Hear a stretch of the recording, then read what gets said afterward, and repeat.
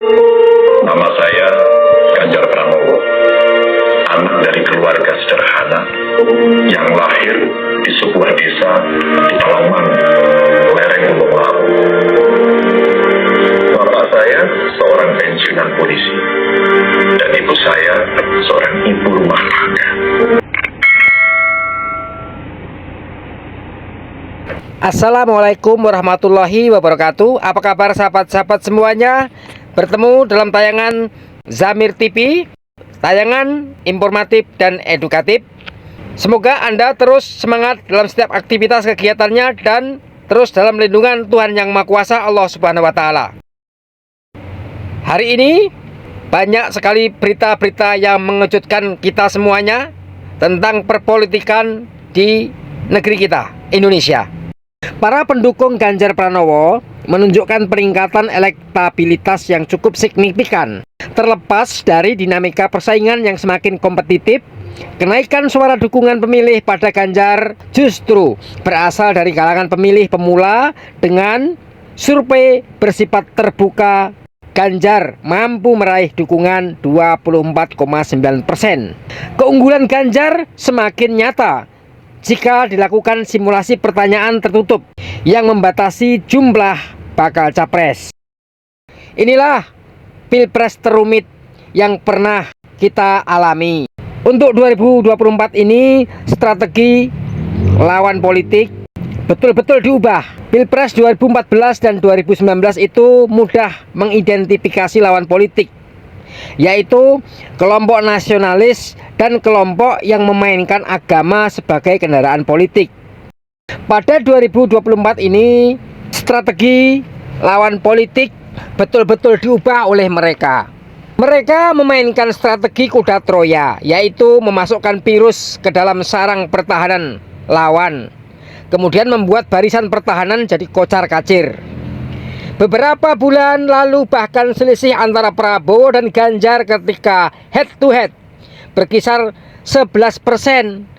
Hampir semua orang sudah meramal kalau Prabowo sudah pasti menang, karena nggak mungkin selisih 11% itu akan terkejar. Bahkan hasil survei juga menggambarkan generasi Z dan generasi milenial itu mendukung Prabowo, padahal secara logika nggak mungkin generasi Z dan milenial itu mendukung Prabowo. Selain Prabowo itu generasi bapak-bapak, bahkan bisa dibilang generasi kakek-kakek, pemikiran Prabowo masih model lama. Dia masih berbicara tentang pertahanan menggunakan tank, pesawat tempur, dan lain sebagainya. Tidak sama sekali dia mengetahui atau menyentuh pembicaraan pertahanan sesuai dengan kondisi saat ini, yaitu cyber security yang sesuai dengan anak muda. Tapi menarik melihat pada waktu itu generasi Z dan milenial kok malah mendukung Prabowo. Ini yang sempat mengherankan. Hasil selisih 11% itu, beberapa partai yang awalnya mendukung Ganjar mendadak berbelok mendukung Prabowo. Bahkan terdengar salah satu ketua partai bilang hanya mukjizat yang bikin Ganjar bisa kalahkan Prabowo. Malah yang tambah menarik, terdengar kalau Pak Jokowi sempat tidak percaya kalau Ganjar bisa menang jika melihat hasil survei. Tapi kenyataan yang terlihat memang ada perpindahan besar-besaran dari pendukung Jokowi ke Prabowo. Orang yang dahulu tahun 2019 mereka lawan. Dan puncaknya terjadi ketika Budiman Sujatmiko merapat ke Prabowo, yang membuat banyak orang kaget dan bingung. Tapi yang membuat menarik sebenarnya bukan itu. Yang membuat kita tertarik melihat mental para petarung pendukung Ganjar yang bukannya melemah. Ketika melihat kenyataan bahwa Budiman Sujatmiko pindah ke Prabowo, malah bertambah kuat militansi para pendukung Ganjar, yang sebagian besar dulu adalah pendukung Jokowi. Benar-benar terbukti persis militansi mereka ketika waktu itu memenangkan Jokowi tahun 2014 dan 2019. Semangat petarung itulah yang dibutuhkan, yang membuktikan bahwa pendukung Ganjar bukanlah pendukung yang bermental tempe. Mereka seperti banteng ketaton atau banteng yang terluka. yang ketika terluka bukannya semakin lemah, tapi malah semakin mengganas. Mereka mengisi ruang-ruang udara dengan konten-konten mereka yang sama sekali tidak menunjukkan bahwa mereka akan kalah. Lalu yang disebut mukjizat itu pun terjadi. Hasil survei naik terus-terusan. Hasil survei Ganjar bahkan bukan hanya naik tetapi meroket. Selisih antara Ganjar dan Prabowo ketika head to head yang tadinya besar banget di angka 11%, tiba-tiba mengecil menjadi sekitar 2-3% saja.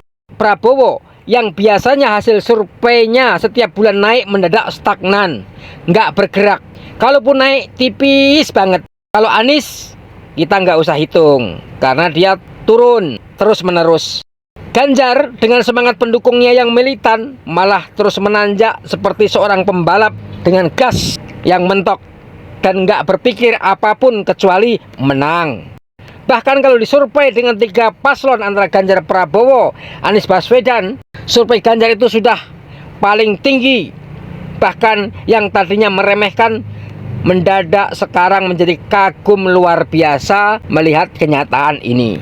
Apalagi melihat tingkat kepuasan rakyat kepada Pak Jokowi lebih dari 80% yang seperti mendukung Prabowo. Ganjar membuktikan teori itu salah dan membalikkannya semudah kedipan mata. Apalagi tingkat dikenalnya Ganjar di publik itu masih di angka 80% saja, yang berarti masih banyak masyarakat yang belum mengenal siapa Ganjar.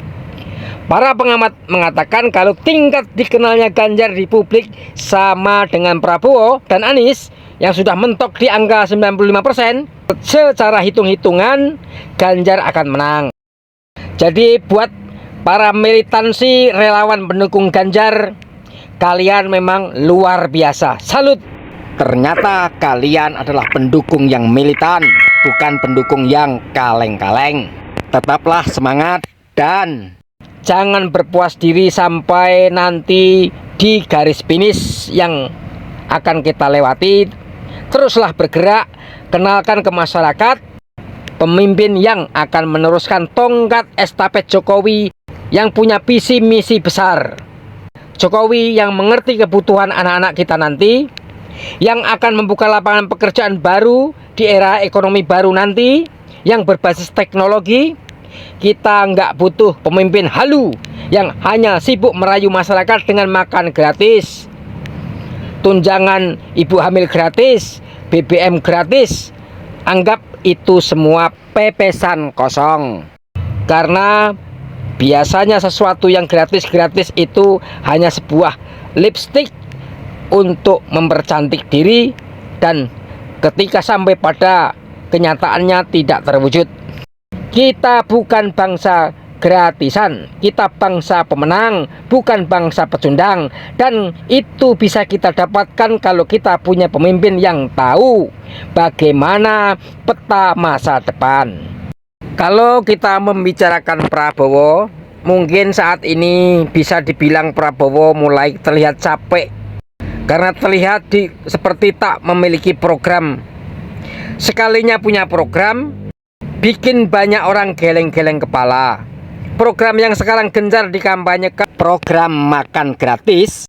Program itu menurut hitung-hitungan membutuhkan dana 400 triliun, kata Gerindra. Kata Gerindra sih uang segitu kecil, karena bukan uangnya Gerindra tapi uang negara. Uang yang dihasilkan dari pajak rakyat. Program seperti makan gratis itu mirip jargon PKS.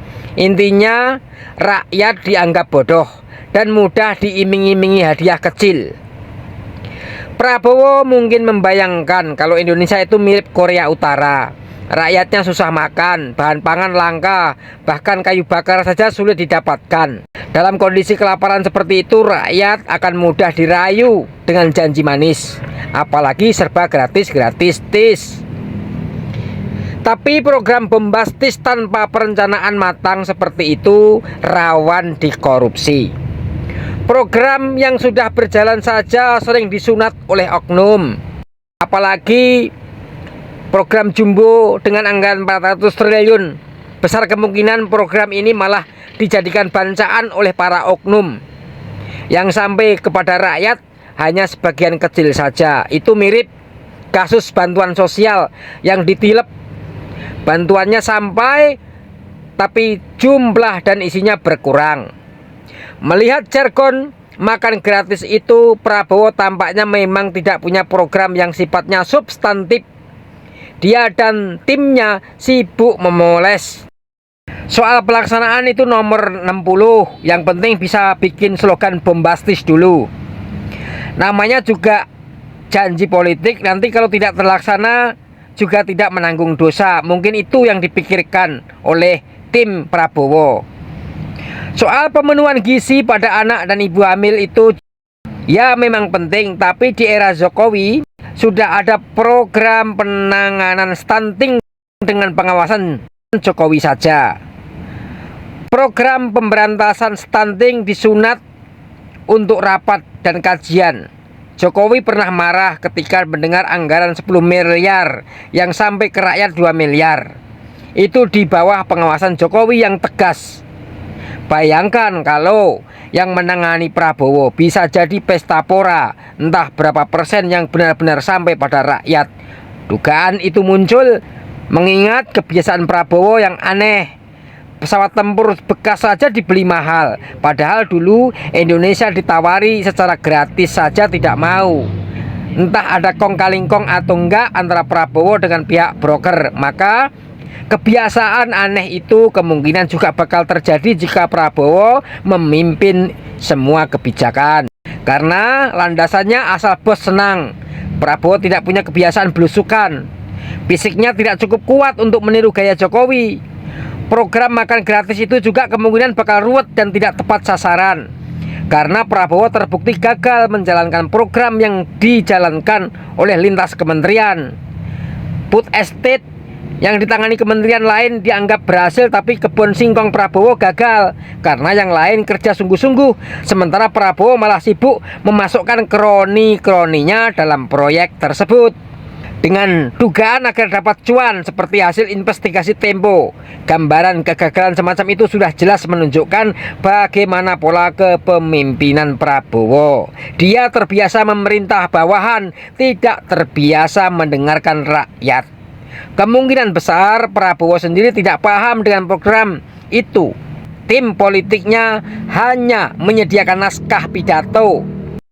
Jika Prabowo cukup punya nyali untuk dikuliti oleh Najwa Shihab misalnya, akan terbuka kedoknya bahwa Prabowo memang tidak paham programnya sendiri. Yang kasihan sudah tentu rakyat. Uang pajaknya dihambur-hamburkan dalam program gagah bernama makan gratis. Paling-paling yang sampai ke rakyat hanya telur dan mie instan.